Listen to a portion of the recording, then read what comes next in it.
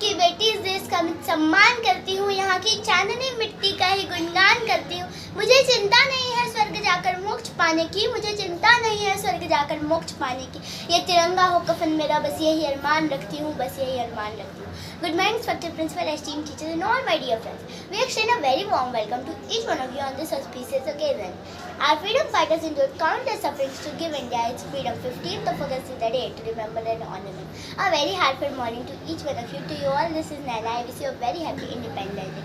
आज़ादी का प्रतीक है 15 अगस्त, हमारा राष्ट्र पर्व है 15 अगस्त, शहीदों का बलिदान है 15 अगस्त और हमारी शान है 15 अगस्त. Today we are celebrating the 77th Independence Day from British rule after countless sacrifices and sufferings, and India won its freedom on August 15, 1947. Today we all are here together to celebrate the 77th Independence of our glorious nation. So before that, I want to tell you about the British Empire, that how had they come to India. It was their work to go here and there for their business. So when they learned about our country, Sone ki Chidiya, Golden Bird, so they thought to come here for their business.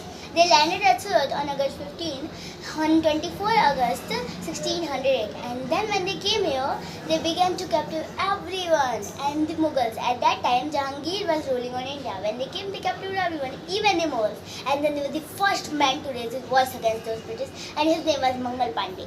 And then more people gathered and sacrificed their lives for our country, for the freedom we are enjoying today. Like Rani Lakshmibai, Vallabhbhai Patel, Bhagat Singh, Rajguru Sukhdev, all of these sacrificed their lives for the freedom that we are enjoying today. And Indians could never even think that their India will be separated into two parts, Hindustan and Pakistan.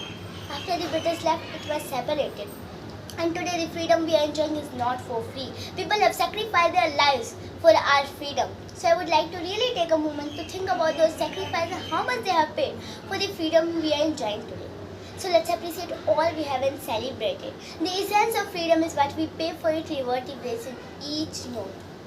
So I would like to tell you about first beloved Prime Minister Pandit Jawaharlal Nehru. He declared at the stroke of midnight, and the dawn of history, India started on its undying guess with his trackless centuries are filled up with her striving and her grandeur, of her success and her failure. So indeed today we are the flag because of the grandeur. And I would like to tell you that जब घर के हालात ऐसे हो जाया करते थे कि प्यार भी भरपूर गया, मांग का सिंदूर गया, नन्हे नौनिहालों की लंगोटियाँ चली गई, छोटी छोटी बेटियों की चोटियाँ चली गई, साहब आपके लिए तो एक इंसान मरा है, हमारी घर की तो रोटियाँ चली गई. ऐसे हालात हो जाने के बावजूद एक माँ अपने बेटे को सरहद पार भेजा करती थी और उसे पत्र लिखा करती थी कि अम्मा ने पत्र लिखा है बड़े ही चाव से, अम्मा ने पत्र लिखा है बड़े ही चाव से, पुत्र मेरे ना घबराना, एक इंच भी पीछे ना हटना, चाहे इंच इंच कट जाना, चाहे इंच इंच कट जाना. और इस तरह पूरा परिवार अपनी देशभक्ति साबित करता था. मैं नहीं मानती कि राष्ट्रगान में सिर्फ 52 सेकंड खड़े हो जाना या वंदे मातरम भारत माता की जय कि जोर शोर से जयकारे लगाना ही देशभक्ति है. अपने परिवार, अपने समाज, अपने देश के लिए समर्पण का भाव है देशभक्ति. ईमानदारी से किया गया हर काम है देशभक्ति. राष्ट्र निर्माण का पहला सोपान है देशभक्ति. और हर एक देशद्रोही के जिंदगी में आने वाला हर एक तूफान है देशभक्ति. और हमारा ये देश आज़ादी के बाद बहुत बदल चुका है. आजकल तो हमारा तिरंगा भी हमसे पूछने लगा है कि क्या बात है भारत. आजकल मैं फहराने से ज़्यादा कफ्न में दफनाने के काम क्यों आ रहा हूँ. It has changed a lot. And even after freedom, we are not completely free. There are lots of dangers around till now, like terrorism, population, pollution.